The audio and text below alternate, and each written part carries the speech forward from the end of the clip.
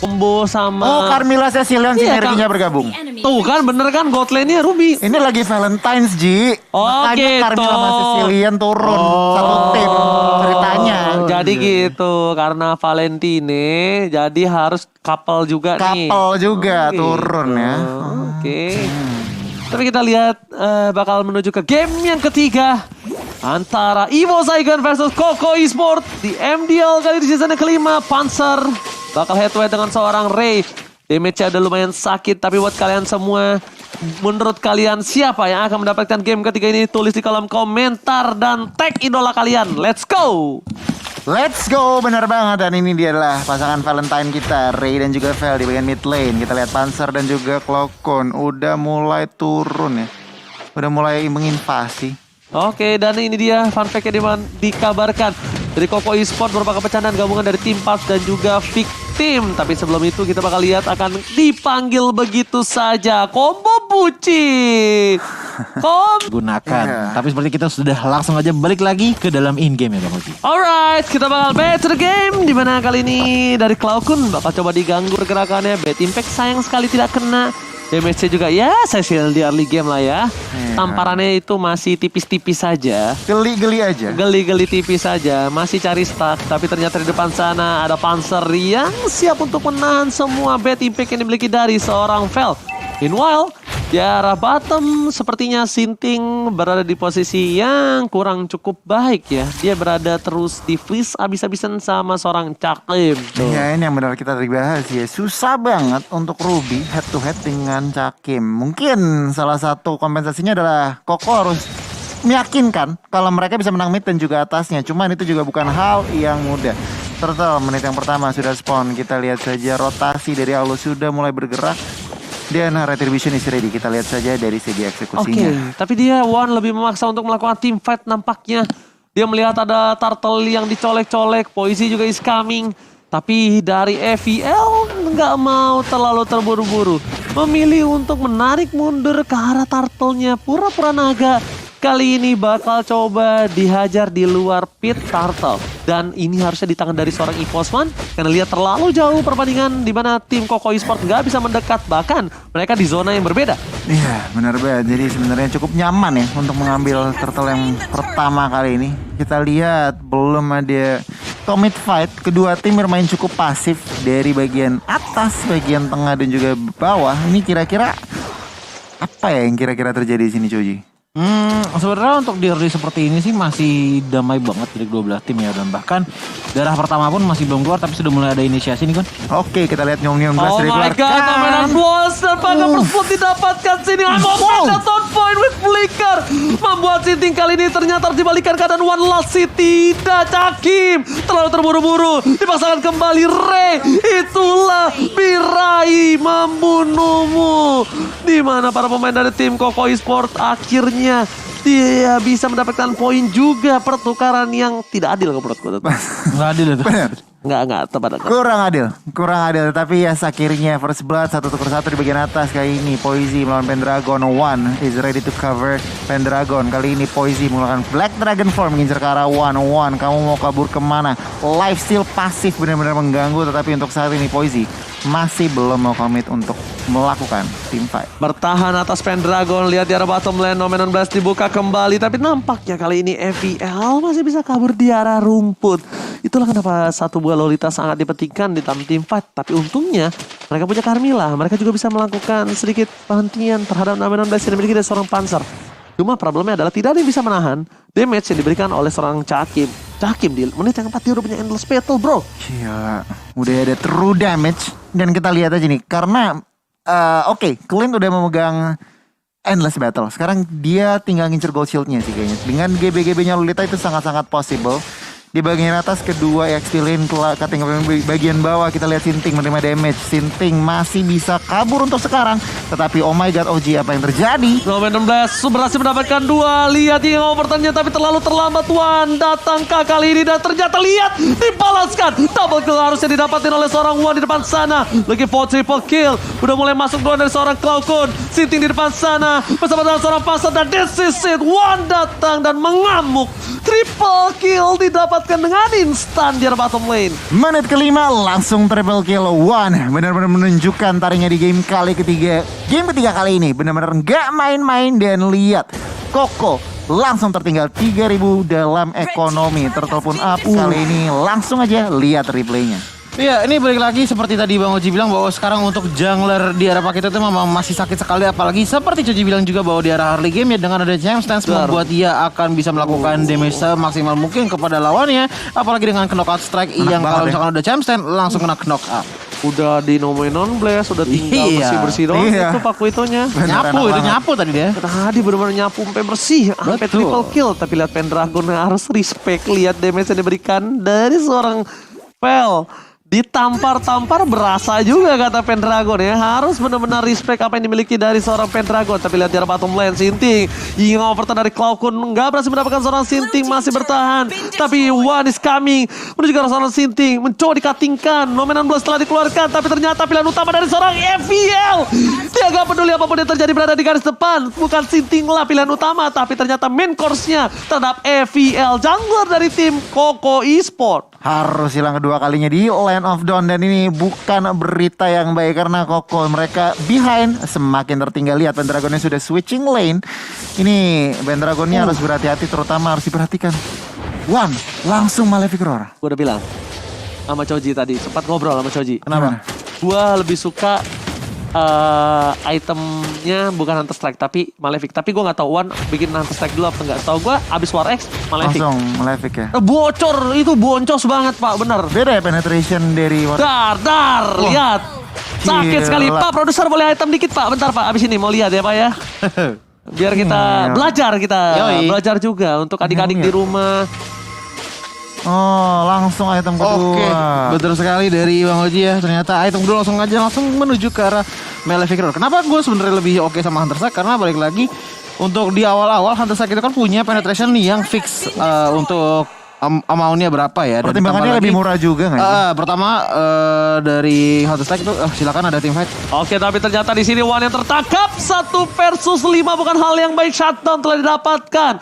One nama dari Pontini. Dan kalau bisa kita bilang dari para pemain dari tim Koko Esport, mereka benar-benar berhasil mendapatkan One dengan harga yang cukup mahal, Choji.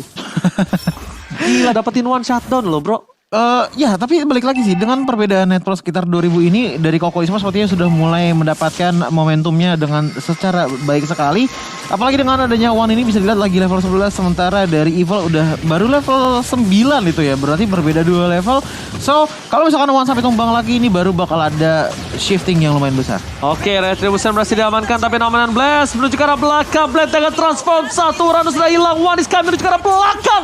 Flicker masih bisa menyelamatkan hadir seorang One. I'm offended. Damage terlalu sakit dari seorang Betty Pack, tapi Panzer pun gak bisa bertahan lebih dalam lagi. Charles langsung menghindari pergerakan dari seorang Poisi.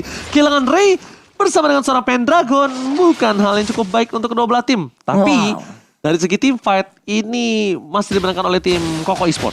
Ya, untuk tim fight terakhir tadi Koko Esport sedikit memenangkan trade, tetapi balik lagi dari segi ekonomi mereka mulai mengejar memang. Jadi EVOS harus berhati-hati semenjak EVOS One di take down, di shutdown.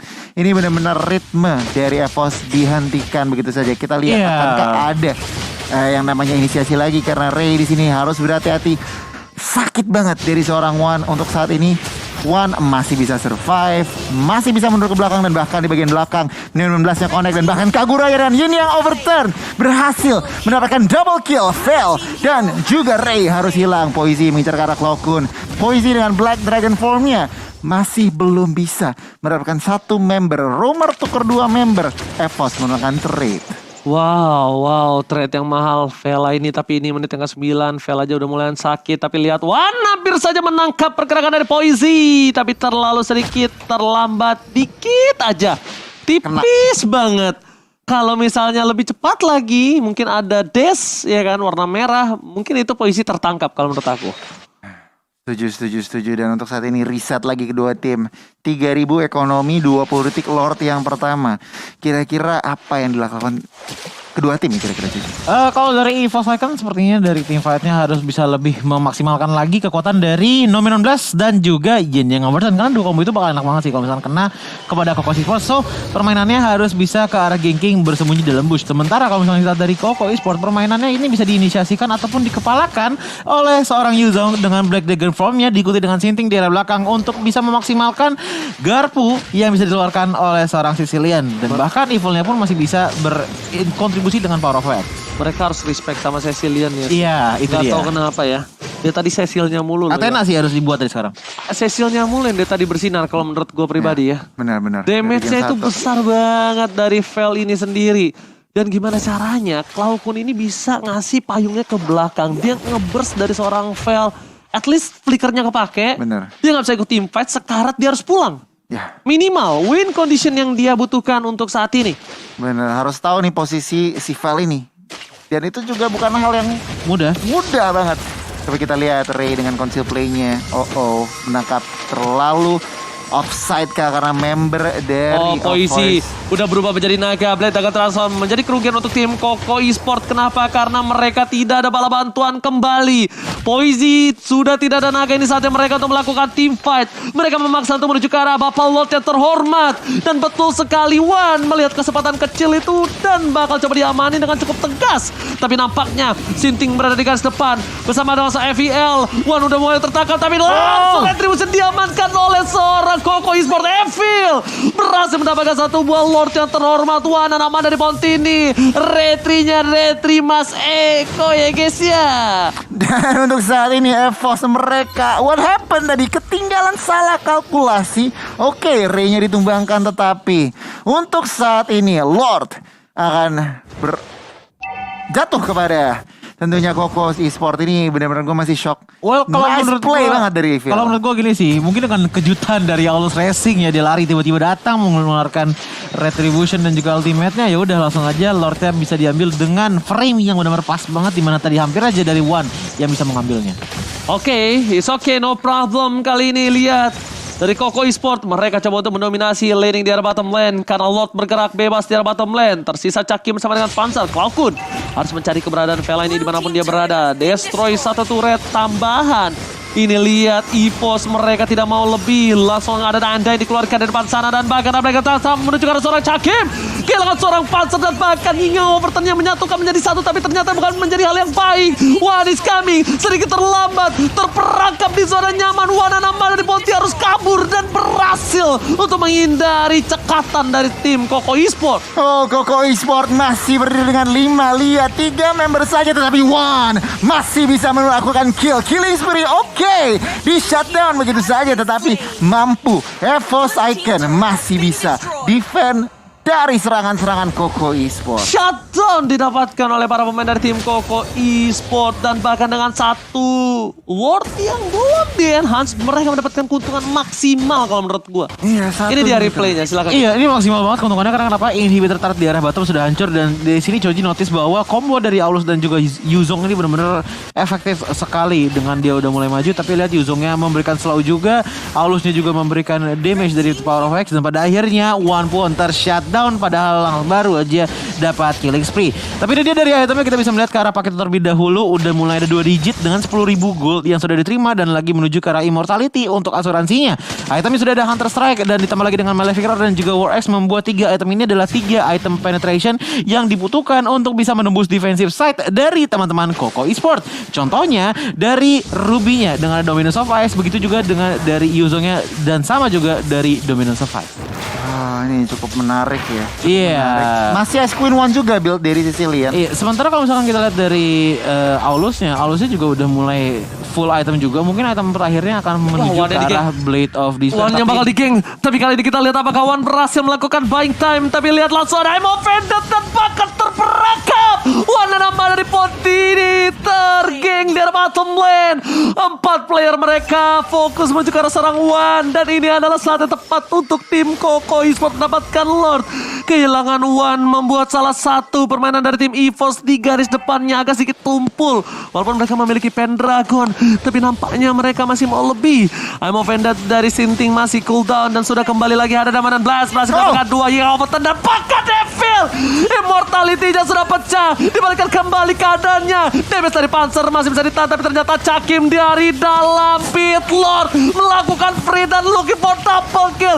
Flicker masih diselamatkan. Triple kill. Looking for media, tapi ternyata Poisi masih mau lebih. Cakim menjadi pilihan dan shutdown.